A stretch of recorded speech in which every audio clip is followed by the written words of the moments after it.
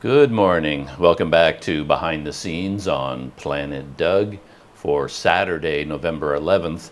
And I was not going to turn on my camera and babble about anything this morning, but I made the mistake of watching a couple of YouTube videos over my morning coffee, and that got the babbling juices flowing, and then more and more ideas started to pile up in my head. So now I feel like I have to get all these ideas out of my head before I can start my day. So here I am, back on camera on Behind the Scenes.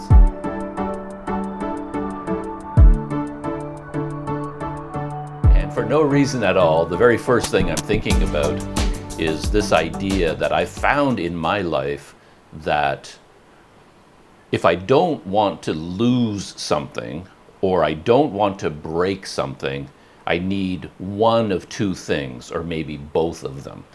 I'm a big believer in lanyards. Actually, I have a really good example right here, where I have a Swiss Army knife. Of course, doesn't everyone? And this Swiss Army knife is very important to me. It was given to me. It was a gift from a friend, maybe, I don't know, 20 years ago. 25 years ago. I don't know how old I am anymore. I don't know how long I've been on this planet. I don't know where anything came from. I'm a typical guy. I can't keep track of dates and anniversaries, birthdays, special events. I never know when anything happened. But anyway, this was given to me as a gift many years ago, and it's a central part of my life. I use it all the time, and I have a piece of cord attached to it. And I think of this, whether it's the right technical name or not, I call this a lanyard. And because I have a lanyard on it, I never lose it, and I never misplace it, and I never drop it, all because of this cord. So I tend to do that as a rule. I like to put lanyards on things, and when I put the knife away, it's almost it's an automatic thing now. I just use the knife to do something, and now I just wrap this cord around it, and then I put it inside a little bag. And this little bag has Swiss Army knife, toenail clippers, fingernail clippers, a sewing kit, all these little items that I might need while I'm sitting here, like on my bed, reading a book, watching a movie, and I think, oh, I need to clip my fingernails. Well, I've got this right beside me. Oh, I need to cut some paper. I've got my Swiss Army knife with scissors. So all that, I need to sew something. I've got my sewing kit, and this little bag goes inside this little bag, which contains a lot more items. I think of them as bedside items, things that I need, eye shade, earplugs, aspirin in case I get a headache. This sort of bedside bag develops over time. Like, you don't just sit down and create it all at once. Just like years and years of my life, just as a rhythm, I have this bag beside me on the bed all the time. And then when I discover that, oh, there's this thing that I'm always needing while I'm sleeping, while I'm sitting on my bed, eventually that object works its way into this bag, and then it becomes its permanent home. So this idea of lanyards, little pockets, little bags is just deeply ingrained in my life, and I tend not to lose things when I do this. And I was thinking about that because, as I mentioned before, on my Olympus camera, my OMD EM5 Mark II, for whatever reason, this little plastic tab that closes the battery door just came off. I don't even know how it normally attaches. I don't see anything on it that's broken. There's no way to glue it in place. There's no way for me to fix it.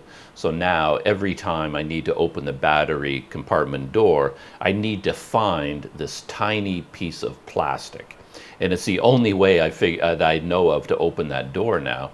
And ever since this lever fell off the camera, I've been afraid of losing it. And what I've done so far is I was just sitting around, and that little plastic lever was sitting on a desk here in my hotel room. And every time I needed it, it was sitting right there on the desk. But I knew at some point I was going to knock it off the desk. It was going to fall on the floor. I'm going to put it somewhere. It's so small and so light, I'm going to lose it. So what I did was I put it inside my wallet. My wallet has a little zippered compartment. I put it in there, close the zipper, and at least I know where it is. And that was my first step. It's sort of like, okay, it's not the best place to put it. I need that stupid thing all the time. And then every time, like I'm sitting here, I don't have my wallet with me, and I have to get up, go to the closet, figure out which pair of pants my wallet is in, get out my wallet, unzip, and then I'm like scrambling around inside this zippered compartment trying to find this tiny piece of black plastic. It's invisible in there because it's dark, and it's so small you can't really feel it, and it's just a real pain. And I've been thinking about, okay, how am I going to solve this problem? Where should I put this thing so that I always know where it is and it's convenient and I'm not going to lose it? And I just haven't been able to come up with anything. And just now, as I set up the camera, I realized I had to change the battery, and the lever is gone. And I'm like, well, where? Oh yeah, it's in my wallet. And I was like, what? How in the world am I going to fix this problem?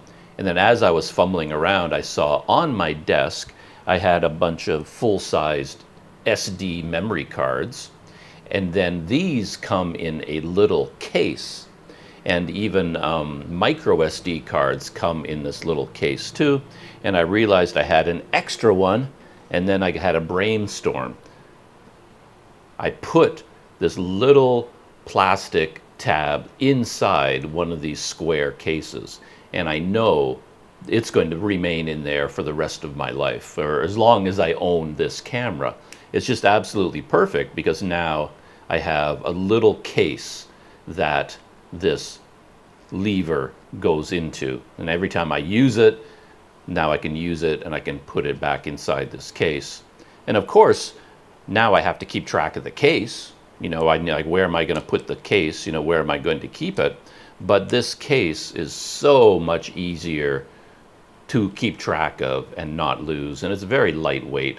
So this is the perfect case for me right now for this little lever. Like right there, I just dropped it and it fell. I'm wearing blue shorts, and this black thing lands on blue shorts, and it's gone. You know, you'll never find it again. A couple of times in this room already, I was walking around, and then I went into the bathroom. I came out of the bathroom and I was looking for this little lever. It turns out it had fallen on the floor, stuck to the bottom of my feet, and then it fell off my foot when I went into the bathroom. So this lever was sitting on the floor in the bathroom. And the next time I took a shower, it was going to get washed into the drain. It was going to disappear. It's just too small to keep track of, so you have to put it inside a little case. So I'm very pleased with myself this morning that I came up with this little case idea. Now I know, and I don't know where I'm going to put it. I can't really put it inside my bedside case because I often have that camera out with me. So maybe I'll put this inside my wallet, or somehow I can attach it to the camera. Anyway, I'll figure something out. This is going to go into my camera bag, I think. That makes the most sense. This is my, you know, my main camera bag for my GoPro and my 360 camera. Of course, the Olympus doesn't fit in here. It's too small for that. But it's got all kinds of nifty little compartments. And I'll probably put this in this top zippered compartment here on the top, or something like that. Or, you know, on the inside, it's got all kinds of little compartments. There's a convenient one here right in the corner. I think that's where I'm going to put it for now. Yeah, I like that. So now I know where this is, and this is always sitting on my bed too, because I always need something out of this camera bag. It's always here, and it's always with me when I go outside. It's sort of like I could Velcro this to my head.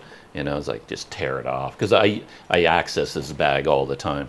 Anyway, lanyards and putting little things inside cases. That's how you don't lose things. And for whatever reason, that's the first thing I was thinking about this morning.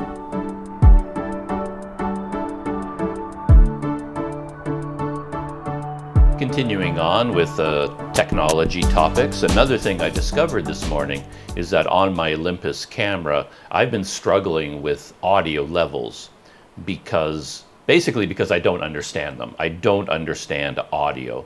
And people, you read certain things on the internet, you watch YouTube tutorials, people tell you things, but I don't really know what they're talking about, to be honest, because what they're saying doesn't fit my experience of microphones, cameras, and then the editing program. They say things and everybody says the same thing like it's a truism, but I don't really know what they're talking about.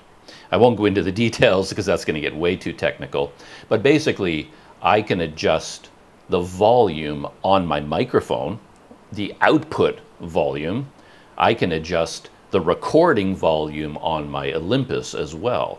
So I have to decide what is best.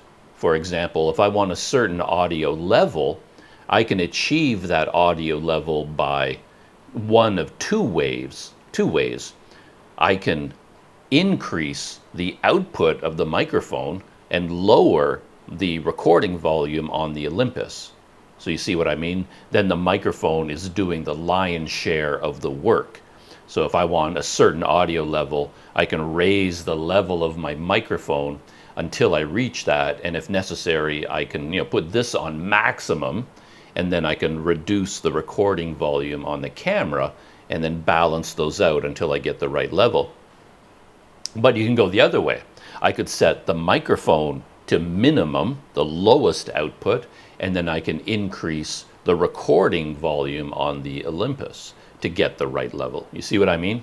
I can max out the microphone and minimize the camera, or I can maximize the camera and minimize the microphone. And when I look online, the experts tell me that it's always better to maximize the camera, that you should always take your microphone, set it to the minimum, and then raise the recording volume on your camera to get the right level, because the camera has better circuitry for this kind of thing. And you end up with less background hiss and hum and noise. But when I've done my experiments, that hasn't always turned out to be true. I don't really understand how it works, to be honest. I keep fiddling around, raising and lowering, and then testing and listening, and I still don't know which is the best way to go. Anyway, I was fiddling with that this morning because on my last video I noticed that my levels were way too high in the editing program. So I thought, okay, I did something wrong. So I was fiddling around with the audio settings, and I realized there's a new screen on the Olympus that I wasn't aware of. Well, it's not new, it's just new to me because I'd never seen it before. That when you go into the menu system and you go to the video or like the microphone recording level, where you adjust it, from 0 down to -10, I think it goes to, or from 0 to +10, that's the range. When you go to that screen, at the very bottom, there's actually a audio readout. You can actually see the level of the audio. If you have a microphone attached, you can see it going up and down, and you can see whether it's clipping or not. So I thought, oh, I never even noticed that before. So this morning I was playing around with it. I'll show a picture of it right here. So I was playing around with all the levels, and I kept talking as I normally do, and I was watching the levels on that screen to see where I should set things. And to be honest, I don't know if you're supposed to do that or whether it even works, but that's what I did this morning. So that's another little technology adventure that I've had.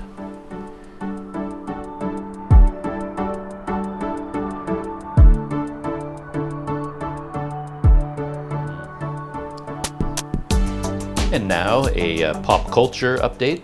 I mentioned before that I'm watching the new season of Rick and Morty, and I've had a bit of a mixed reaction to Rick and Morty this season, and I didn't really know what was going on behind the scenes, but I just discovered, I didn't know this, that the main creative force behind Rick and Morty, I mean the creator of the show and the guy who does the voices for Rick and Morty, he left the show. I guess he ran into some legal troubles, and the studios and the people that pay for these things, the powers that be that actually put shows on TV, they decided they didn't want him associated with Rick and Morty anymore because of what he is charged with. So he's gone. Justin Roiland is his name. So Justin Roiland is no longer working on Rick and Morty, and I think this is the very first season without him. And as I said, he used to even do all the voices. So they had to get new people to do the voices of Rick and Morty and a bunch of the other characters. And they're creating the show, writing it and animating it, doing all the work without Justin Roiland. So when the very first episode of the season was very disappointing to me, that's why I tried to find out what was going on, because the very first episode left me scratching my head to an extent. It was like, oh, I didn't really enjoy that. It didn't really seem to have that Rick and Morty character that I yearn for. And so I thought, oh, something's weird, something's different. And then I found out about Justin Roiland leaving, and I thought, whoa, man, are all the episodes going to be like that? So I think the knowledge of him leaving the show and how disappointing episode 1, season 7, episode 1 was, led me to think of the whole season as, oh, this season is not going to be very good. So then when I watched episodes 2 and 3, I enjoyed them, but I still had a sense that they weren't as good as before. But then I got to episode 4, and episode 4 is a trip.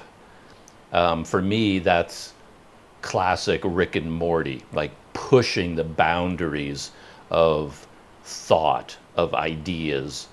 And there's one particular sequence in episode 4 that to me is classic Rick and Morty, and it just broke my heart, to be honest. I was watching this sequence. I won't talk about what it is because I don't want to give anything away. And I thought, okay, this is Rick and Morty. And the subject matter of episode 4 itself was like really pushing the envelope, a very uncomfortable topic from so many points of view. And yet the show was really interesting. And then because I enjoyed episode 4 so much, and this, it's the same season 7, no Justin Roiland, new voice actors, all these changes, and yet episode 4 I really liked. So I thought maybe I wasn't being fair to episodes 2 and 3. Anyway, I went all the way back to the beginning, and I rewatched all of the episodes, 1, 2, 3, and 4. In episode 1, I enjoyed it a lot more, but it still felt I was a little bit lukewarm on episode 1. But then episodes 2, 3, and 4, particularly 4, is like, okay. They're not nearly as different as I thought they were. Somehow I got it in my head.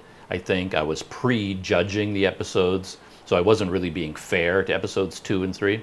But now that I rewatched them, I really enjoyed them.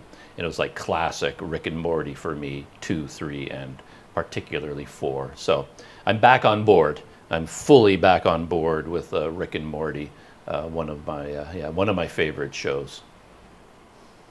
And I also rewatched a movie. And this movie, I remember it making a big impression on me when I watched it. And then in the past, I've rewatched it, and it has made a big impression on me with every time I've watched it.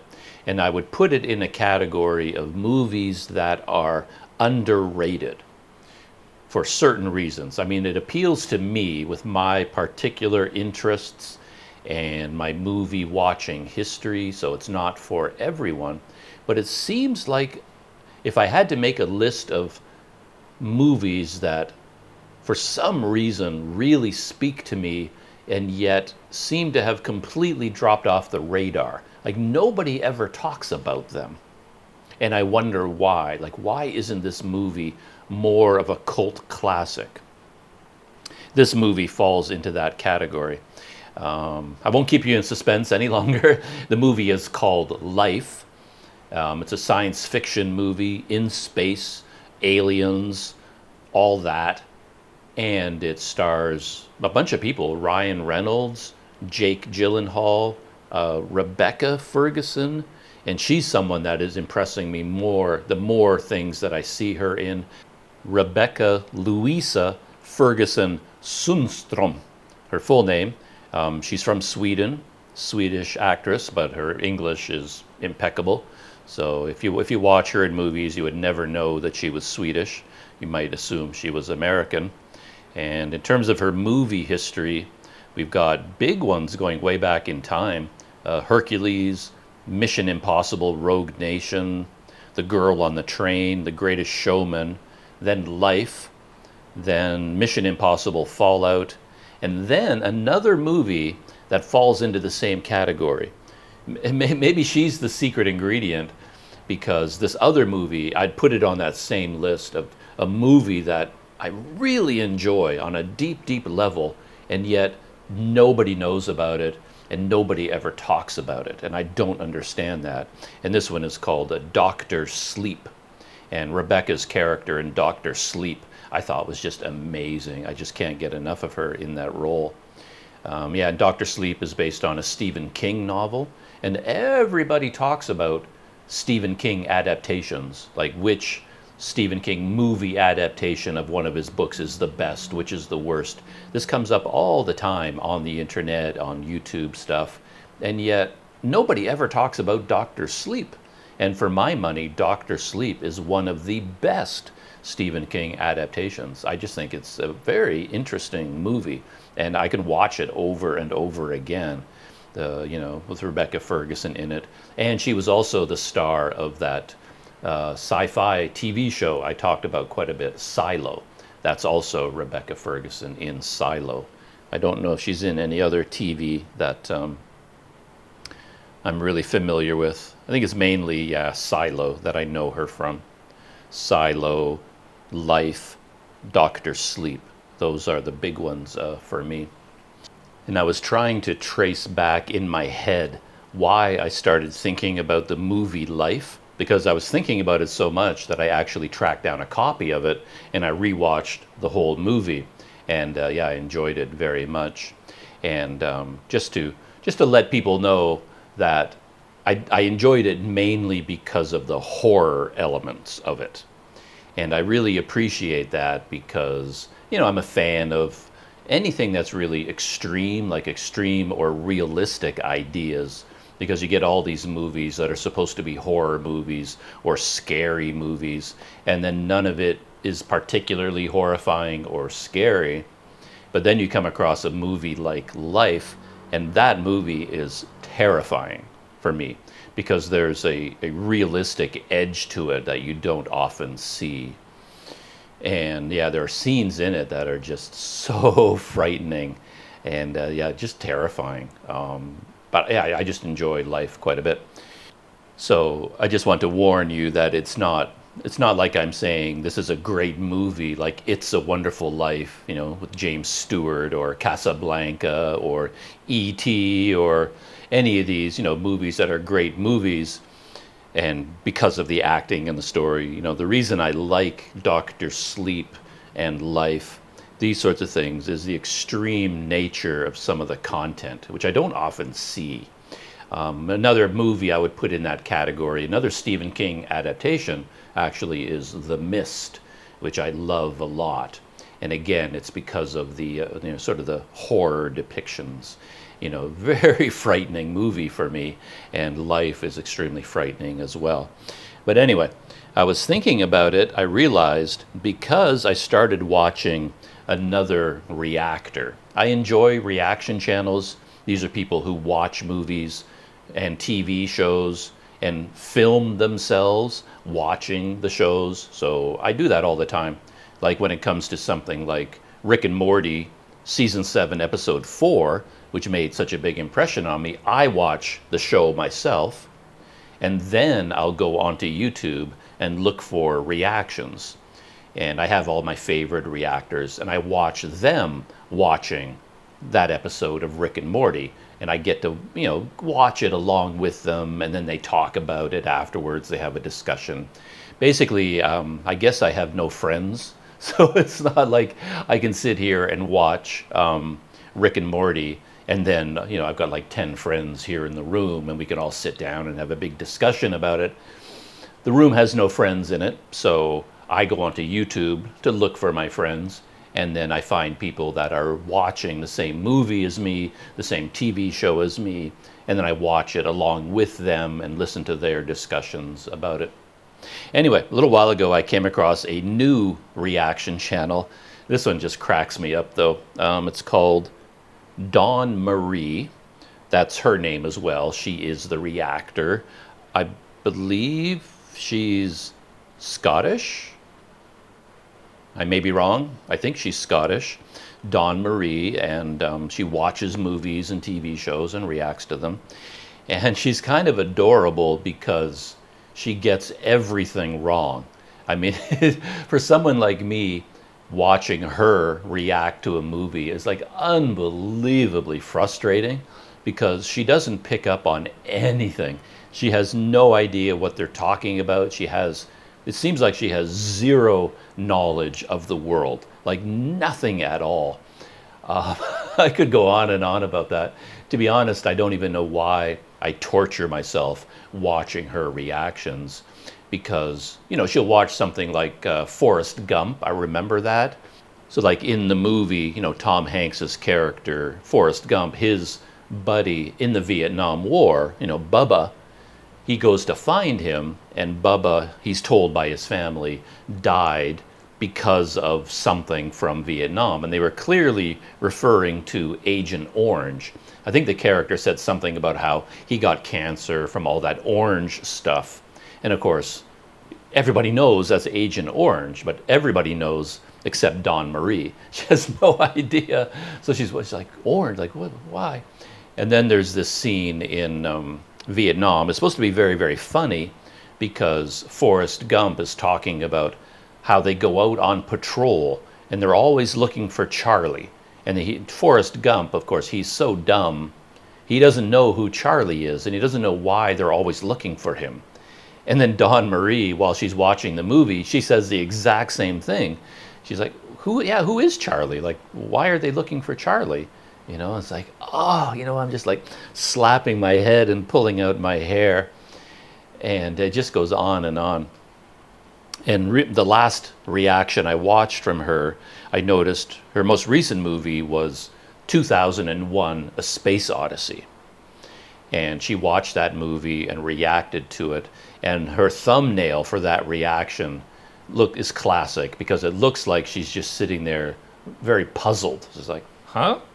Because I knew 2001: A Space Odyssey is not for her. I knew in advance, okay, it's way too slow moving. The pace is too slow. It's a real thinker. It doesn't explain everything to you. And I knew she was not going to understand anything that was going on in the movie. But as I watched her reaction, the level of her incomprehension just like, blew my mind. It was like everything in the movie, these things were like perfectly obvious. Like if you've seen 2001, the basic idea. You've got the monolith on prehistoric Earth that shapes the evolution of the primates on planet Earth. And there's another monolith on the moon. And then there's another monolith, a much larger one, orbiting Jupiter. So of course, an alien species installed these monoliths so that they could create intelligence on Earth. And then they knew this intelligence would eventually evolve to the point that they could develop spacecraft that's going to get them to the moon. And when they get to the moon and they start living on the moon, at some point they're going to find the second monolith. And when they uncover that monolith, it's going to send out a signal to Jupiter to tell the alien race that humans have developed space technology. And all of that is spelled out in the movie. It's like 100% obvious. But Dawn Marie just has no idea what's going on. Like, they're on the moon. They said they're on the moon. They're going to the moon. Now they're on the moon, and they're going to look at this monolith. And the whole time she's like, what planet is that? Where did they go? Is this Earth? Is this Earth from long ago? And anyway, it's one of those things where you're watching her reactions, and you're like, it's a good thing you're cute. It's like, it's kind of adorable how deeply she misunderstands everything. Anyway, so I still occasionally watch a reaction from the hapless Dawn Marie, but again, it makes me laugh, the things that she doesn't know and doesn't understand. Anyway, that's how I got to Life, because her reaction to 2001: A Space Odyssey, she didn't really, she appreciated it, but she didn't really enjoy it. And then I started thinking about other science fiction movies that she could react to. Like, what would be more upbeat, more exciting, more interesting as a reaction? And I thought, oh, what about Life? I wonder if anybody told her that she should watch Life. Because, I mean, it's not a thinker. It's not a atmospheric, cinematic, slow burn, you know, like Alien or 2001. It's a full-on horror movie, and it gets right to the point. And I thought maybe her reaction to Life would be interesting. And that got me thinking, I haven't watched Life in a long time. And then I decided, okay, I'm going to get a copy of that. And then I rewatched Life, just to remind myself of what the movie was all about. So yeah, all the scenes, the horror from Life is fresh in my mind right now. So that's what I've been thinking about. Sudden change in camera perspective and camera, because my Olympus just ran out of power altogether. I've been struggling with the batteries lately. I keep putting them in the battery charger, and I recharge them, and the light goes out, and they're supposed to be fully charged, but then it turns out that none of them actually charged up. Yeah, technology. What can you do? So anyway, I have no batteries left for the Olympus. So to finish today's video, I have my GoPro set up. And here I am on the GoPro, shooting in 2.7K. Interior, not much light in here. I just wanted to wrap things up here with a pulp culture update, because I'm also watching the new season of Invincible. The second season, yeah. Season 2, episode 1 has been released. That's the only episode that's available right now. And yeah, very, very enjoyable. I'm looking forward to how the whole season plays out. I'm a little bit annoyed, and I don't think I'm giving anything away here, because yeah, it's so common now. There seems to be an element in season 2, perhaps in season 1 as well, of alternate dimensions, like the multiverse. I mean, the multiverse is everywhere. I don't know who started it, but I hate them, because the multiverse just screws everything up. It makes storytelling so complicated, and it removes the stakes, right? You're watching something on screen, something really, really terrible that is happening, but then it turns out that, well, it's happening in this dimension, but since there are trillions of dimensions, it doesn't really matter, right? Like planet Earth in this dimension, in this universe, can be completely destroyed, but it doesn't matter, because that's Earth 8,922,000. You know, this is Earth Prime. You know, our Earth is okay. There are trillions of other Earths in trillions of other universes. So what happens in each of them, like, nothing matters anymore. And I do find that a little bit like taking a balloon and just letting the air out of the balloon, like all the tension disappears, because yeah, it's the multiverse. I mean, even in our own universe, it's so vast.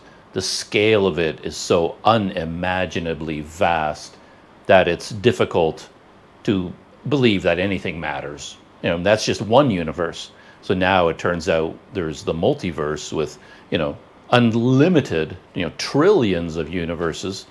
Then really nothing matters at all, right? So anyway, that's getting a little bit heady for a animated TV show. But, you know, just in terms of storytelling, once you introduce the idea of, you know, time travel and multiverses, things can spin out of control pretty easily.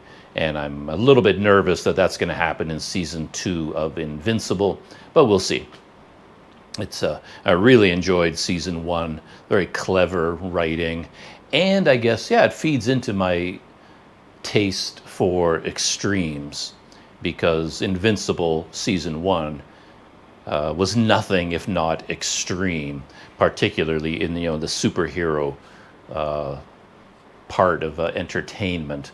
I'm always disappointed in mainstream superhero stories because they either go too big, like every single story, the entire universe is at stake, and I prefer small scale stories like you see in Moving. Or if you're going to go big, like if somebody has superpowers, what are the most extreme things they can do with those superpowers? And you get a lot of that in Invincible. They do not pull their punches physically or metaphorically. Yeah, there's no punch pulling in Invincible. So yeah, when Superman punches you in Invincible, you've been punched, and there's no coming back from that punch, right? Anyway, so yeah, Invincible season 2 has started, and I'm also enjoying that very much. Last but not least, for a pop culture update, a little bit of MMA, a little bit of UFC. It's not really, I guess it's pop culture. In my head, I include it in pop culture because it's just visual entertainment, you know, whether it's music or movies, TV shows, sports, that sort of thing. And this weekend is UFC 295. And for the first time in a long time, I'm looking forward to it because there are 2 fights. The main event and the co-main event are quite interesting to me. I have the list up on my screen here. So we've got a light heavyweight bout between Prohaska and Alex Pereira. And they are both very interesting fighters with very interesting stories. So I'm very much looking forward to that. For, you know, in UFC 295, we were going to get John Jones versus Stipe Miocic. And I mean, I was sort of looking forward to that, but it didn't seem to have a whole lot of meaning. The fight was scheduled just because they're very popular. The names are very well known, and they're going to sell the most tickets. It's not like Stipe Miocic is really relevant anymore. It's all these upcoming, like the co-main event for this weekend for heavyweights, because John Jones is now a heavyweight. So John Jones versus Stipe Miocic, that was a heavyweight fight. John Jones is currently the champion, the heavyweight champion, but they're having a heavyweight fight this weekend, Sergey Pavlovich versus Tom Aspinall. And these 2 guys, they are the new crop, the up-and-coming youngsters of the heavyweight division. And they are fighting for the interim heavyweight thing, because John Jones got injured. So even though he's the champion, he's not an active champion because he can't fight because he's injured. So these 2 guys are fighting for the interim championship at the heavyweight level. And they are probably, yeah, the 2 best fighters in the heavyweight division right now. So I much rather have this fight than John Jones versus Stipe Miocic. I'd watch it. I mean, I'd enjoy it if I could get a copy of it. But yeah, UFC 295. And then there's a whole bunch of other fights on the main card and the prelims and the early prelims. It looks like all of them are very good fights, but it's the light heavyweight and the heavyweights, you know, the main event and co-main event. Yeah, I don't know, you know, predictions. These are really tough to predict. Tom Aspinall, I think he has more weapons than Pavlovich. He can win through knockouts. He can win through submissions. He's good in the stand-up. He's good on the ground. He's fast, he's mobile. So he brings a lot of skills into the octagon, but he was injured. He's been out for a long time because in his previous fight against Curtis Blades, I think in the very first 15 seconds of the fight, he twisted something. He stepped in an awkward way, and I think he blew out one of his knees, and he lost the fight because of that. And now he's had to go surgery and all that stuff. And so I'm worried about him being off for so long, and maybe his knee is still in pretty bad shape. So he could win because of his ability in stand-up and ground fighting, and he's fast and he's mobile. But if his knee is giving him trouble still, he won't have the same skill set, right? Pavlovich, man, he's a beast. Like, he is just I was listening to a podcast this morning, and they described him as a phone booth. He was just like a solid rectangular block of muscle. So he doesn't have the same, mobility and flexibility and variety of fighting techniques that Aspinall has, but Pavlovich has, one punch knockout power. He's just a solid hunk of muscle, and that's how he wins. He's going to beat you into submission. So it's hard to say who's going to win that one. Who would I want to win? Yeah, I want Aspinall to win because I prefer fighters that use a full range of MMA techniques. I want them to be able to win by submission, by knockout, by all the different techniques. And Pavlovich is more of a straight up, knockout artist. And I prefer a lot more variety in my fighting techniques. So, but yeah, if I had to pick a winner, my instinct is to go with Pavlovich for some reason, but I'm going to go against my instincts, and I'm going to say that Tom Aspinall is going to win this one. He's going to bring his multifaceted fighting style to bear, and he's going to take Pavlovich down, and that's going to neutralize his knockout power, and then he's going to eventually wear him out, and he's going to win either by TKO or a submission, one or the other. And the other one, Prochaska, Alex Pereira, man, that is another tough one. Both of them have been in the UFC an incredibly short time. Alex Pereira's story is unbelievable. He's been a kickboxer for years and years and years. He was a kickboxer, won multiple championships around the world, but then he only recently came into MMA. I think he's had like 4 fights in the UFC, and within 4 fights, he became the middleweight champion, and now he's fighting for the light heavyweight championship. And like I said, he's only had 4 or 5 fights in the UFC. Let me look up his record just to get that clear in my head.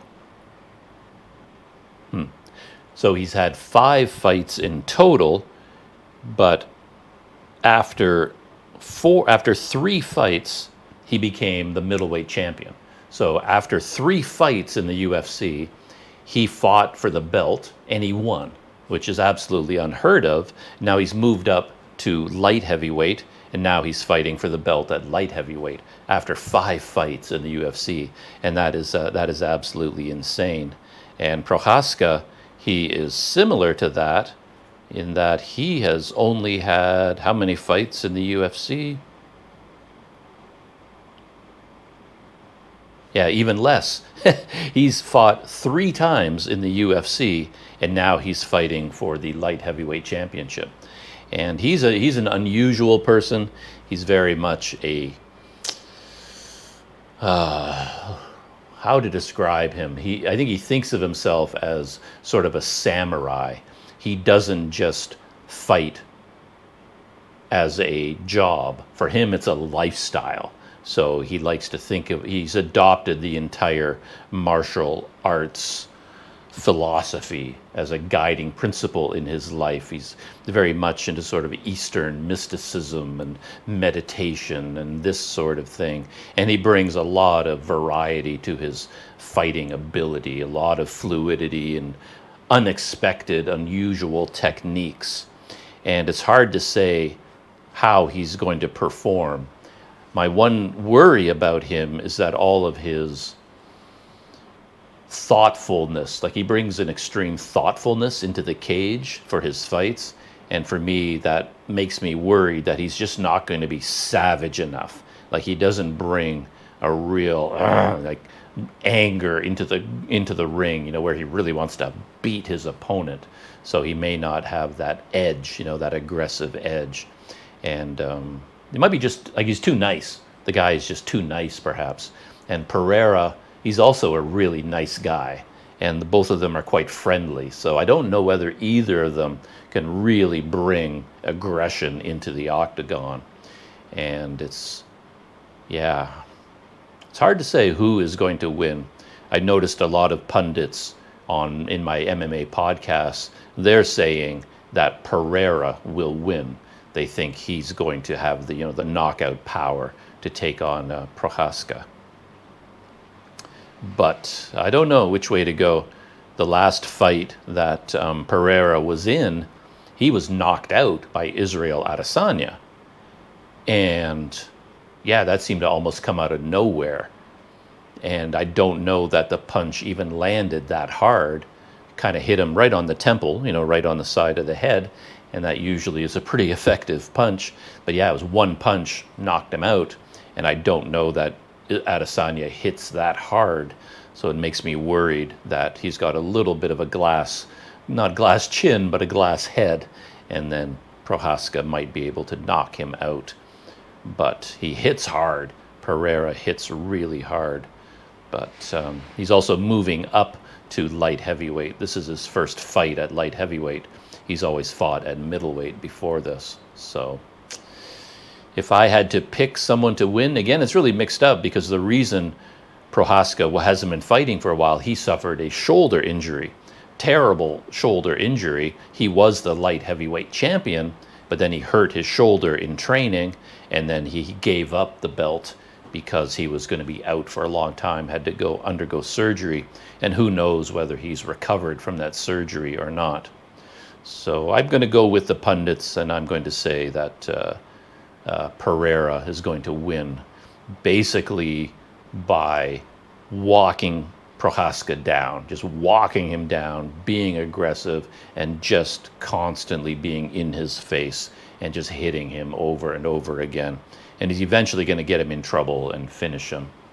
And Prochazka is a much more fluid fighter, much more imaginative fighter, but I think Pereira is going to cut off the ring, so Prochazka won't be able to use his talents as much, and then Pereira is eventually going to take over at some point, get Prochazka up against the cage, up against the fence, hold him there, and then just beat him until he gets a TKO. So those are my two predictions for UFC 295. We'll see whether I'm right or wrong soon. Tomorrow, I guess, my time. All right, that is it for behind the scenes. Like I said, I wasn't going to record a behind the scenes video at all this morning, so I've been talking for a very long time for someone who thought he had nothing to say, as always. But I've come to the end of the things I wanted to talk about. Time to start my day, move on to other things, and I will see you in the next video.